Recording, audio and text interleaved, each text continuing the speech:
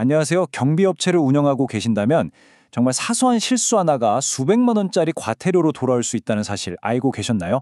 그래서 오늘은 경비업법 위반 시에 부과되는 바로 이 과태료 규정, 그 핵심만 아주 정밀하게 파헤쳐서 여러분의 소중한 회사를 재정적 위험으로부터 지켜드리는 방법을 알려드리겠습니다. 아마 많은 대표님들이 에이, 우리는 법 잘 지키고 있어 라고 생각하실 거예요. 그런데요, 이 규정을 정확히 모르면 정말 사소한 행정착오 하나가 어마어마한 금전적 손실로 이어질 수 있습니다. 오늘 제가 설명해드리는 내용을 통해서 혹시 우리 회사에 숨어있는 위험 요소는 없는지 직접 한번 점검해 보시죠.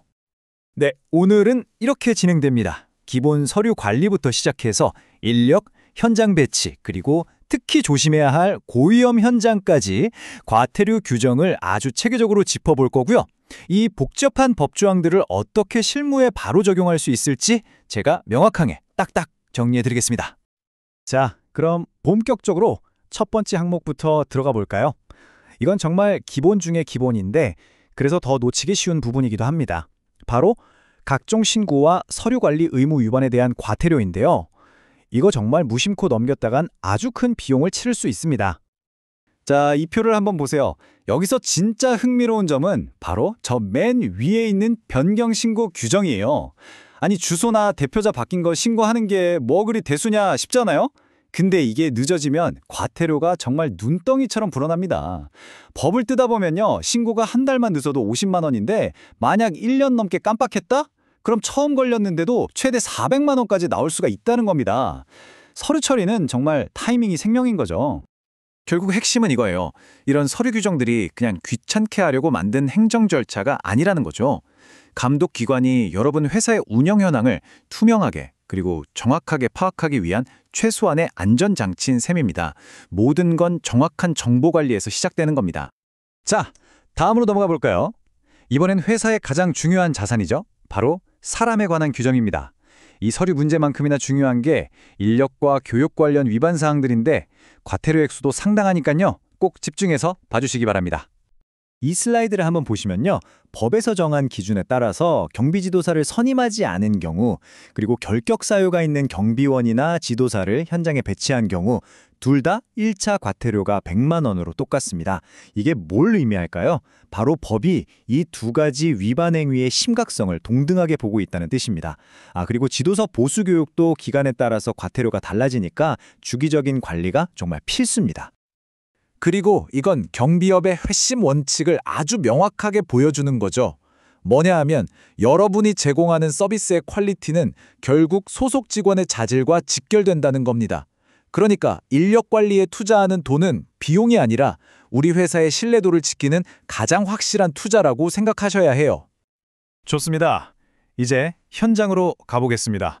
현장에서 여러분의 회사를 대표하는 얼굴, 바로 경비원들의 외형과 배치에 관한 규정인데요. 이게 대중의 인식이나 현장 안전에 직접적인 영향을 주기 때문에 과태료 규정도 굉장히 구체적입니다. 복장을 미리 신고하지 않거나 이름표 없이 경비원을 배치하는 행위, 어떻게 보면 되게 사소해 보일 수 있잖아요. 하지만 과태료는 결코 가볍지 않습니다. 왜냐하면 경비 업무에서는 명확한 신원 확인과 통일된 전문성이 그 무엇보다 중요하기 때문이죠.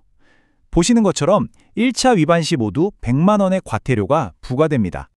자, 그럼 이제부터는 정말 집중하셔야 합니다. 지금까지가 워밍업이었다면 여기서부터는 재정적 위험이 그냥 극적으로 치솟는 구간이거든요. 바로 집단 민원 현장에 대한 이야기입니다. 이곳에서의 규정 위반은 정말 차원이 다른 결과를 낳습니다. 법에서는 이런 장소들을 특별하게 집단 민원 현장이라고 딱 정의하고 있어요. 예를 들면 노사분규가 일어나는 곳이나 재개발 지역, 시끄러운 주주총회 같은 곳들이죠. 이런 곳은 잠재적인 위험과 법적 책임이 훨씬 크기 때문에 당연히 적용되는 규칙도 훨씬 더 엄격할 수밖에 없는 겁니다. 자, 이 슬라이드를 보시면 정말 놀랍지 않으세요? 이 극명한 대비를 좀 보세요. 똑같이 신고하지 않은 복장을 입고 경비원을 배치한 위반 행위인데 일반 현장에서는 100만 원이었던 과태료가 집단 민원 현장에서는 무려 6배, 600만 원으로 껑충 뛰어오릅니다. 바로 이 현장의 위험 등급이 과태료 액수를 결정하는 핵심 변수라는 걸 보여주는 거죠. 이 그래프를 보면 과태료의 엄청난 격차가 한눈에 들어오죠. 경비원 명부를 비치하지 않은 경우도 일반 연장에선 100만 원, 근데 집단민원 연장에선 600만 원입니다. 그리고 특히 주목하셔야 할 게 바로 저 세 번째 막대 그래프예요. 집단민원 현장에서 배치 허가를 받지 않고 경비원을 투입했다?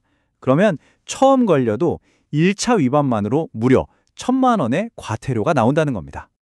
그리고 바로 이 숫자 3천만 원.